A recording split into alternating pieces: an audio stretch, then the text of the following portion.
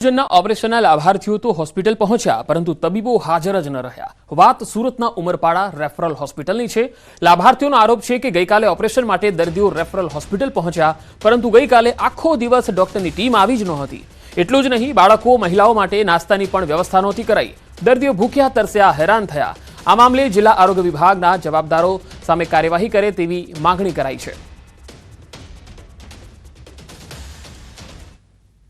ઉમરપાડા તાલુકામાં રેફરલ હોસ્પિટલમાં કુટુંબ નિયોજનનો માટે આખા તાલુકામાંથી બહેનો નાના છોકરાઓ બધા સવારે 8 વાગ્યાના આવ્યા હતા અને સાંજે 6 વાગ્યા સુધી ડોક્ટર ત્યાં હાજર નહોતો। જે આ લોકો આવ્યા તેમને પાણીની, નાસ્તાની, ચાની કોઈ સુવિધા નહીં, બીજી પણ કોઈ સુવિધા નહીં હતી અને ત્યાંના હેલ્થ ઓફિસર પણ હાજર નહોતા। વિવાદ થતા સુરત જિલ્લા આરોગ્ય અધિકારીએ ઉમરપાડા તાલુકા આરોગ્ય વિભાગને સૂચનો આપ્યા। તાલુકા હેલ્થ ઓફિસરને પાણી, નાસ્તા અને બેડની વ્યવસ્થાઓ ઊભી કરવા સૂચન કર્યું। પ્લાનિંગ સાથે ઓપરેશન થાય અને વ્યવસ્થા ઊભી કરવા પણ સૂચન કર્યું।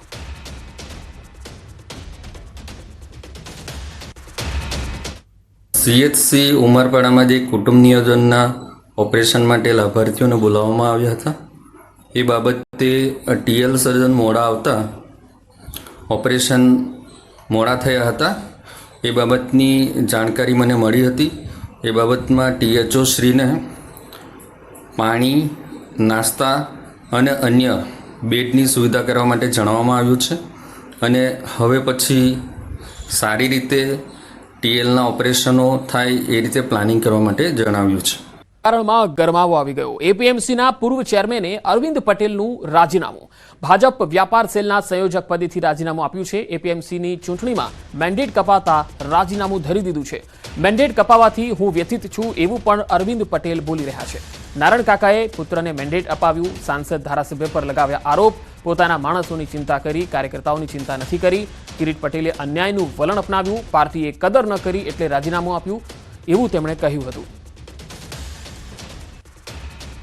ઊંઝા મત વિસ્તારના જે લોકલ નેતાઓ છે, નારાયણ કાકા, હરિભાઈ સંસદ સભ્ય અને કિરીટભાઈ ધારાસભ્ય, એમને પોતાના માણસો અને પોતાના સમાજની ચિંતા કરી છે। કાર્યકર્તાઓની કોઈ ચિંતા કરી નથી। હું 30 વર્ષથી પાર્ટીનો સક્રિય કાર્યકર છું। વધુ માહિતી સાથે મહેસાણાથી સંવાદદાતા કેતન પટેલ જોડાયા છે। કેતન, જે રીતે અરવિંદ પટેલે રાજીનામું આપ્યું છે ને તેમણે જે નિવેદન આપ્યા છે એનાથી રાજકારણમાં હવે શું ફરક પડી શકે આગામી દિવસોમાં? ચોક્કસથી પંકજ જણાવી દઉં કે ઊંઝા એપીએમસીની ચૂંટણી આગામી 16 તારીખે યોજવાની છે। એટલે કે આવતીકાલે નહીં, એના પછીના જે 16 તારીખ છે એટલે કે સોમવારે આ ચૂંટણી યોજવાની છે। ત્યારે થોડા જ કલાક પહેલા જ હાલમાં ઊંઝામાં રાજકીય જે ગરમાવો હોય છે જોવા મળી રહી છે। ઊંઝા એપીએમસીના પૂર્વ ચેરમેન અને હાલમાં જે ઉમેદવારી નોંધાઈ હતી કે જેમને ખેડૂત વિભાગમાંથી ઉમેદવારી નોંધાઈ હતી કે જેમને હાલમાં જે ભાજપના સમર્થક 10 પેનલો છે તેમને સમર્થન આપ્યું છે તેવા અરવિંદ પટેલ દ્વારા હાલમાં પોતાનો જે બળાપો હોય છે કાઢવામાં આવ્યો છે કે તેમને નારાજગી પોતાની વ્યક્ત કરી છે। તેમના દ્વારા જણાવવામાં આવ્યું છે કે 3 નેતાઓ ભેગા થઈ અને મારી રાજકીય હત્યા કરી હોય છે। તેના કારણે ચોક્કસથી ઊંઝામાં જે રાજકીય જે ગરમાવો હોય છે તે જોવા મળી રહ્યો છે। જી કેતન, આભાર માહિતી આપવા માટે। દાહોદમાં દુષ્કર્મ કેસમાં આરોપીને 20 વર્ષની સજા ફટકારવામાં આવી। લીમખેડા કોર્ટે આરોપીને 20 વર્ષની સજા ફટકારી છે। કાલિયાગોટા ગામના આરોપી પ્રવીણ પટેલને સજા ફટકારવામાં આવી। લીમખેડા સેશન્સ કોર્ટે 20 વર્ષની કેદ અને 10,000 રૂપિયાનો દંડ ફટકાર્યો। ભોગ બનનાર સગીરાને 4 લાખ ચૂકવવાનો પણ હુકમ કરાયો। 19 સપ્ટેમ્બર 2023ના રોજ યુવતીને અપહરણ કરી મરજી વિરુદ્ધ દુષ્કર્મ આચર્યું હતું। એડિશનલ સેશન્સ જજ અને સ્પેશિયલ પોક્સો કોર્ટના જજની કોર્ટમાં કેસ ચાલતો હતો। માટે આ સમાચાર મહત્વના છે। હોસ્પિટલના ઇન હાઉસ મેડિકલ સ્ટોરમાંથી જ દવા ખરીદવી એવું ફરજિયાત નથી। રાજ્યના ફૂડ એન્ડ ડ્રગ્સ વિભાગે આ આદેશ જારી કર્યો છે। ઇન હાઉસ મેડિકલ સ્ટોર સંચાલકોને પણ આદેશ આપવામાં આવ્યો છે। આ હોસ્પિટલના દર્દીઓએ અહીંથી દવા ખરીદવી ફરજિયાત નથી એવું બોર્ડ લગાડવાનું રહેશે।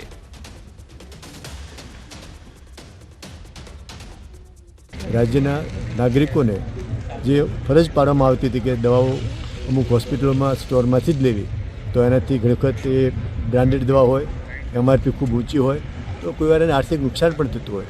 તો આ જ દવા જો ત્યાં કેમિસ્ટ લખે કે દર્દીને અહીંથી દવા લેવી ફરજિયાત નથી તો દર્દી એને અનુકૂળ જગ્યાએથી કે જેનરિક દવા ખરીદી લે તો એને આર્થિક નુકસાન પણ ન થાય અને વ્યાજબી દવા પણ મળી રહે. સુરતના વરાછામાં 2 નકલી ડોક્ટર ઝડપાયા. બંને તબીબો મેડિકલ ડિગ્રી વગર પ્રેક્ટિસ કરતા હતા. વરાછા પોલીસે નેચરો હર્બલ ક્લિનિક અને વગર ઓપરેશન નામના 2 ક્લિનિક પર રેડ કરી બોગસ ડોક્ટરોની અટકાયત કરી. પોલીસે જુગાલ વિશ્વાસ અને મિલન વિશ્વાસ નામના ફરજી તબીબોને ઝડપી તેમની પાસેનો દવાનો જથ્થો કબજે કર્યો છે. બંને તબીબો મૂળ કલકત્તાના રહેવાસી હોવાનું ખુલ્યું છે.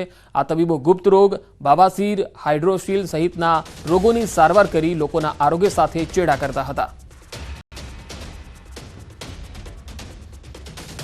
છેલ્લા લાંબા સમયથી ગુજરાતમાં નકલીની બોલબાલા છે. તમામ વસ્તુ નકલી, અધિકારીઓ નકલી, કારખાના નકલી અને કહી શકાય કે પોલીસથી લઈ કલેક્ટર નકલી જોવા મળી રહ્યા છે. પણ સુરત પોલીસમાં છેલ્લા કેટલાક દિવસથી નકલી ડૉક્ટરોનો રાફડો ફાટ્યો છે. ત્યારે વરાછા પોલીસે પોતાના વિસ્તારમાં એક સાથે 2 જગ્યા પર દરોડા પાડ્યા હતા અને એક સાથે 2 નકલી ડૉક્ટરો ઝડપાયા છે. દ્રશ્યમાં જોઈ શકાય છે કે તમામ આ બંને ડૉક્ટરો છે જે મોટા પ્રમાણમાં એલોપેથી દવાઓ સાથે દર્દીઓના જીવ સાથે ચેડા કરતા હતા. ઉભેલા બંને નકલી ડૉક્ટરો સંબંધમાં બંને સગા ભાઈ થાય છે. મૂળ કલકત્તાના રહેવાસી છે અને છેલ્લા 5 વર્ષથી સુરતના વરાછા વિસ્તારમાં નકલી ક્લિનિકમાં નકલી ડૉક્ટરો સારવાર કરતા હતા. જોકે વરાછા પોલીસને જાણકારી મળતા જ પોલીસે દરોડો પાડી બંને તબીબોની ધરપકડ કરી છે. નકલી તબીબો સાથે એક કમ્પાઉન્ડરની ધરપકડ કરી છે.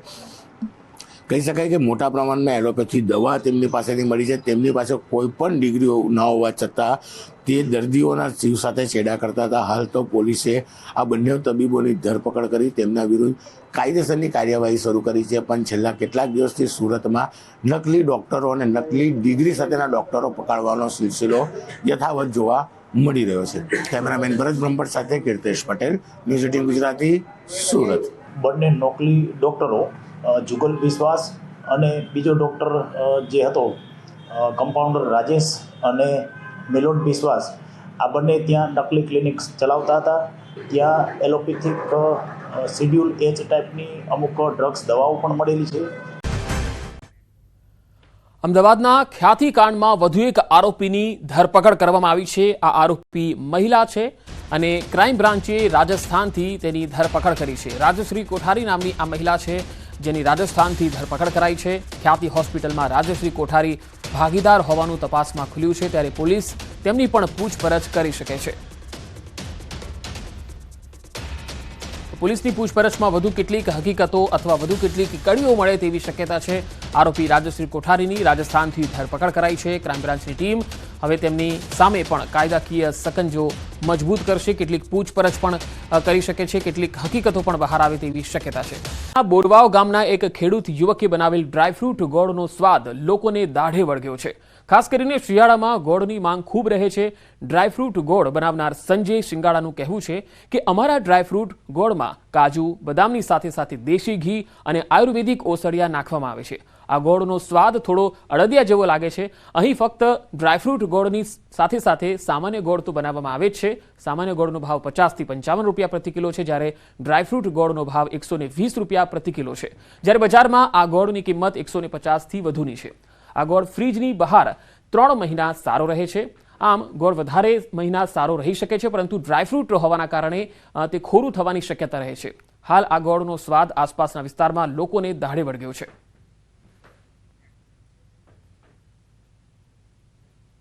આની અંદર ગાયનું ઘી નાખીએ છીએ, ફૂડ પાવડર, કાજુ, બદામ ક્રશિંગ કરેલા નાખીએ છીએ અને એક બે જાતના ગીરના ઓહળિયા નાખીને એક સારો એવો લોકોને ટેસ્ટફુલ ગોળ અમે ઉપયોગ કર્યો છે, જે બાળકોને, વૃદ્ધો, યુવાનો બધાને ખાસ કરીને ઠંડીની સિઝનમાં પસંદ આવે છે અને ખૂબ સારો એવો રિટેલ વેપાર પણ છે. અહીંથી બોરવાઈ ગામમાં ગોળ ડ્રાયફ્રૂટ વાળો છે, બહુ સારું નામ છે ને આમ ક્વોલિટીમાં ડ્રાયફ્રૂટ નાખે છે, ગાયનું ઘી નાખે છે, ફ્રૂટ નાખે છે, બધું સારું વસ્તુ નાખે છે. બહુ એની પહેલાં અમે એકવાર લઈ જતા ત્યાં અમને બહુ સારો ટેસ્ટ આવ્યો છે, પાછા અમે લેવા આવ્યા છે. સમર્થનમાં આવ્યા છે સંતો. મહંત વિજય બાપુના સમર્થનમાં આવ્યા છે સાધુ સંતો.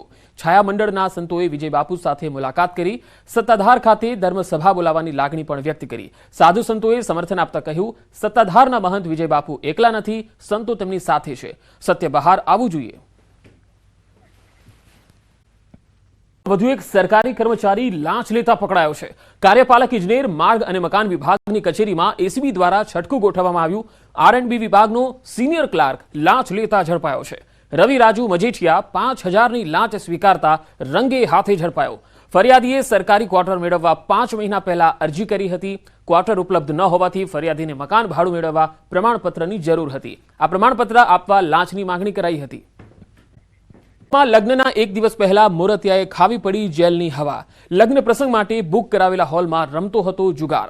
વરરાજા અને સંબંધીઓ જુગાર રમતા રંગે હાથે પકડાઈ ગયા। વરરાજા નવાઝ શરીફ કાંગડાના આવતીકાલે લગ્ન હતા। રાંદેર વિસ્તારમાં આવેલ ટુંબી હોલમાં રમતા હતા જુગાર। રાંદેર પોલીસે બાતમીના આધારે ટુંબી હોલમાં રેડ પાડી અને આ રેડ દરમિયાન એક વરરાજા સાથે 13 લોકોને ઝડપી લીધા। વરરાજા નવાઝ શરીફ કાંગડાના અને તેના ભાઈને જામીન આપી દેવાયા। પોલીસે 76,000થી વધુની રોકડ અને મોબાઈલ કબજે લીધા છે। આશરે 2 લાખથી વધુનો મુદ્દામાલ પણ જપ્ત કરાયો છે। નવાબ કાગડા કરીને છે એ તુંબી હોલમાં એના ભાઈના લગ્ન હતા એટલે હોલ ભાડે રાખેલો હતો અને ત્યાં જુગાર રમતા હતા। એ જુગાર રમતા ત્યાં પોલીસને બાતમી મળેલ, જેથી 13 જેટલા કુલ ઈસમોને 2 લાખ જેટલા મુદ્દામાલ સાથે મોબાઈલ ફોન સાથે પકડી પાડેલ છે અને તેમના વિરુદ્ધમાં કાયદેસરની કાર્યવાહી કરવામાં આવેલ છે। એમાં એક વરરાજા બધા જે કાગડા છે એ નવાબ કાગડા એનો જ ભાઈ છે, નદીમ આસિફ કાગડા કરીને છે એના લગ્ન હતા। એટલા માટે ગેસ રિફિલિંગ કૌભાંડમાં મોટા ખુલાસા થયા। ગેસ કૌભાંડમાં એજન્સીના માલિકની સંડોવણી સામે આવી। સિલિન્ડરના ડિલિવરી ચાર્જ પોસાતો ન હોવાથી ચોરી ખુદ એજન્સીનો માલિક જ કરતો હતો અને એ જ ચોર નીકળ્યો છે। શહેરના શ્રીનાથ ગેસ એજન્સીમાંથી ગેસ રિફિલિંગ કૌભાંડ પકડાયું, જેમાં રણોલી વિસ્તારમાંથી દરોડો પાડી અને 10 આરોપીઓને પકડી લેવાયા, જેમની પૂછપરછમાં આ ખુલાસો થયો। તપાસમાં સામે આવ્યું કે 7 મહિનાથી રાધણ ગેસના બોટલમાંથી ચોરી થતી હતી। આ મામલે સુપરવાઇઝર મયુદ્દીન ઘરેલું ગેસ સિલિન્ડરમાંથી કોમર્શિયલ સિલિન્ડર તૈયાર કરાવતો હતો। શ્રીનાથ ગેસ એજન્સીનો માલિક હિરેન મહેતા વોન્ટેડ છે। આ મામલે પોલીસે 5 ટેમ્પા, 174 સિલિન્ડર, 33,000 રોકડા અને 9 મોબાઈલ સહિતનો મુદ્દામાલ જપ્ત કર્યો। વધુ એક શાળાને નોટિસ ફટકારવામાં આવી। સેટેલાઇટની ઇન્ટરનેશનલ સ્કૂલને નોટિસ ફટકારવામાં આવી। નવા બિલ્ડિંગની બીયુ પરવાનગી ન હોવાનું સામે આવ્યું છે। ડીઈઓએ નોટિસ આપીને ખુલાસો માંગ્યો છે।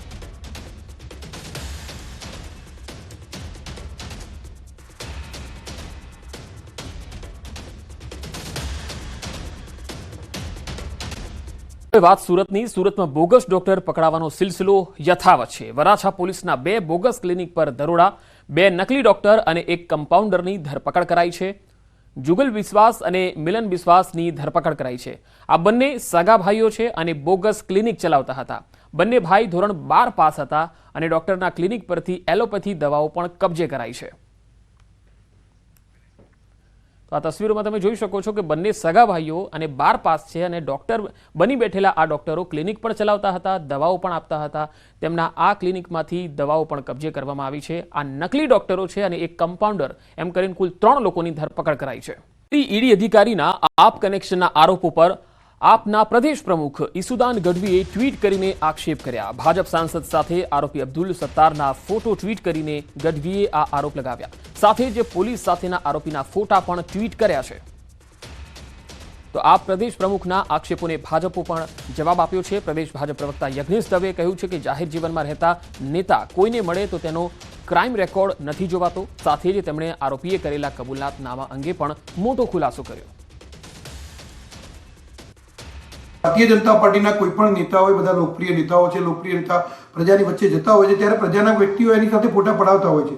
ત્યારે એનો કોઈ ક્રિમિનલ રેકોર્ડ હોય કે ન હોય એનો કંઈ ખ્યાલ નથી, પરંતુ એ ભારતીય જનતા પાર્ટી એવા કોઈ ક્રિમિનલને પોતાના પક્ષના પદાધિકારી નથી બનાવતા।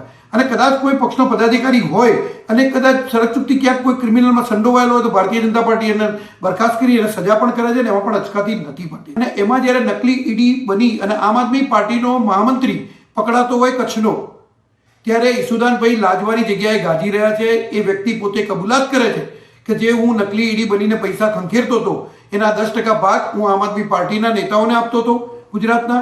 સાથે સાથે એને પોલીસ નિવેદનમાં એ પણ લખાવ્યું છે કે હું કચ્છની જે આમ આદમી પાર્ટીનું કાર્યાલય છે એ કાર્યાલયનું ભાડું અને કાર્યાલયનો તમામ ખર્ચો એ અબ્દુલ સત્તાર જે આ ગુનેગાર છે પોતે ભોગવતો હતો, એવું એને પોલીસ નિવેદનમાં પોતે જાતે કબૂલ કર્યું છે। એટલે મારે ઈસુદાનભાઈને એ પૂછવાનું કે તમારા દિલ્હીના નેતાઓ જે પ્રમાણે લીકરનો ગોટાળો કરી અને એમાં ભાગ બટાઈ કરતા હતા। પીવાના પાણીની લાઇનમાં ભંગાણ સર્જાયું। 6 ફૂટ ઊંચા પાણીના ફુવારા ઉડ્યા। રાવપુરાના મચ્છીપીટ વિસ્તારમાં આ બનાવ બન્યો। હજારો લીટર પાણીનો વેડફાટ થઈ ગયો। પીવાનું જે શુદ્ધ પાણી છે એ ગટરમાં વહી ગયું. એક તરફ નાગરિકોના પીવાના શુદ્ધ પાણી માટે વલખા છે અને બીજી તરફ પાણીનો વેડફાટ થતા તંત્રની કામગીરી સામે પણ સવાલ ઉઠી રહ્યા છે. તસવીરોમાં જોઈ શકાય છે કે પાણીનો કેટલો વેડફાટ થઈ રહ્યો છે. વડોદરાથી સંવાદદાતા હાર્દિક દીક્ષિત જોડાયા છે. હાર્દિક, વડોદરામાં પીવાની પાણીની લાઈન છે જેમાં ભંગાણ થયું છે. શાસકોના ધ્યાનમાં આ મુદ્દો આવ્યો છે ખરો? બિલકુલ પંકજ, થોડા દિવસ પહેલા જ આપણે એક અહેવાલ દર્શાવ્યો હતો. જે અહેવાલ હતો પાણીગેટમાં પૂર, એટલે કે પાણીગેટ વિસ્તારમાં પાણીની લાઈનમાં ભંગાણ થયું હતું. એના કારણે પૂર જેવી પરિસ્થિતિ જે છે તે સર્જાઈ હતી. ત્યારે ફરી એક વખત આજે મચ્છીપીર વિસ્તાર છે ત્યાં પાણીની લાઈનમાં ભંગાણ થયું અને રસ્તા પર જ જાણે કોર્પોરેશને ફાઉન્ટેન શો મફતમાં નાગરિકો માટે યોજ્યો હોય તેમ 6 ફૂટ ઊંચા ફુવારા જે છે તે ઉડ્યા હતા. આ ન્યૂઝ 18એ જ્યારે અહેવાલ દર્શાવ્યો હતો ત્યારે પાલિકાનું ધ્યાન દોર્યું હતું કે જે વડોદરા શહેરમાં પાણીની લાઈનો છે તે લગભગ 60 થી 70 વર્ષ જૂની છે અને લાઈનો જે છે અત્યારે સમય બદલાતાની સાથે સાથે લાઈનો પણ બદલવી ખૂબ જરૂરી છે. પરંતુ પાલિકાના જે સત્તાધીશો છે તેઓ આ કામગીરી કરવા માટે તૈયાર નથી અને એના કારણે જ આ રીતે જુદા જુદા વિસ્તારમાં જે પાણીની લાઈનો છે તેમાં ભંગાણ સર્જાતું હોય છે. હજી આ શરૂઆત છે. જેમ જેમ સમય આગળ જશે, દિવસો આગળ વધશે તેમ તેમ જુદા જુદા વિસ્તારમાં પાણીની લાઈનમાં ભંગાણ જે છે તેની સમસ્યા વધવાની છે. એટલે પાણીની લાઈનો બદલવી અત્યારે અનિવાર્ય બન્યું છે અને નાગરિકો જે છે તે પાણી માટે વલખા મારતા હોય છે ત્યારે પાલિકાના પાપે આ રીતે પીવાનું શુદ્ધ પાણી છે તેનો વેડફાટ થતો જોવા મળી રહ્યો છે. પંકજ જી હાર્દિક, આભાર માહિતી આપવા માટે.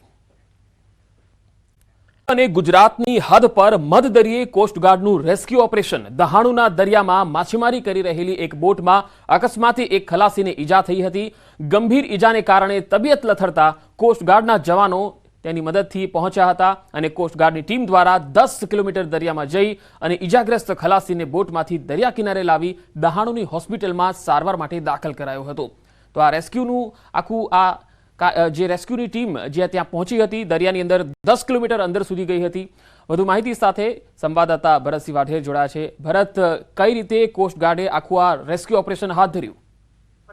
બિલકુલ પંકજ, વલસાડના અને મહારાષ્ટ્રની હદ પર આવેલા દાહણુના દરિયા કિનારે અંદર 10 કિલોમીટર દૂર એક માછીમારી કરી રહેલી રાધેકૃષ્ણ નામની એક બોટમાં કોઈ કારણસર એક ખલાસીને ઈજા થઈ હતી. તેને તાત્કાલિક સારવારની જરૂર હતી. આથી બોટ માલિકે કોસ્ટગાર્ડને તેની જાણ કરી હતી. બનાવની જાણ થતાં જ કોસ્ટગાર્ડની રેસ્ક્યુ ટીમ તાત્કાલિક સ્થળ પર પહોંચી હતી અને દરિયા કિનારેથી 10 કિલોમીટર અંદર જઈ અને બોટમાં ઈજાગ્રસ્ત ખલાસીનું રેસ્ક્યુ કર્યું હતું ને ત્યારબાદ તેને દરિયા કિનારે લાવી અને દહાણુની એક હોસ્પિટલમાં સારવાર માટે ખસેડવામાં આવ્યો હતો. આમ કોસ્ટગાર્ડની ટીમ તાત્કાલિક બનાવની જાણ થતાં જ ઈજાગ્રસ્ત ખલાસીના વહારે પહોંચી હતી અને આ રેસ્ક્યુ કર્યું હતું. આમ 10 કિલોમીટર દૂર દરિયામાં દિલધડક રેસ્ક્યુનો વિડીયો અત્યારે સોશિયલ મીડિયામાં વાયરલ થઈ રહ્યો છે અને કોસ્ટગાર્ડની કામગીરીની સરાહના થઈ રહી છે. પંકજ.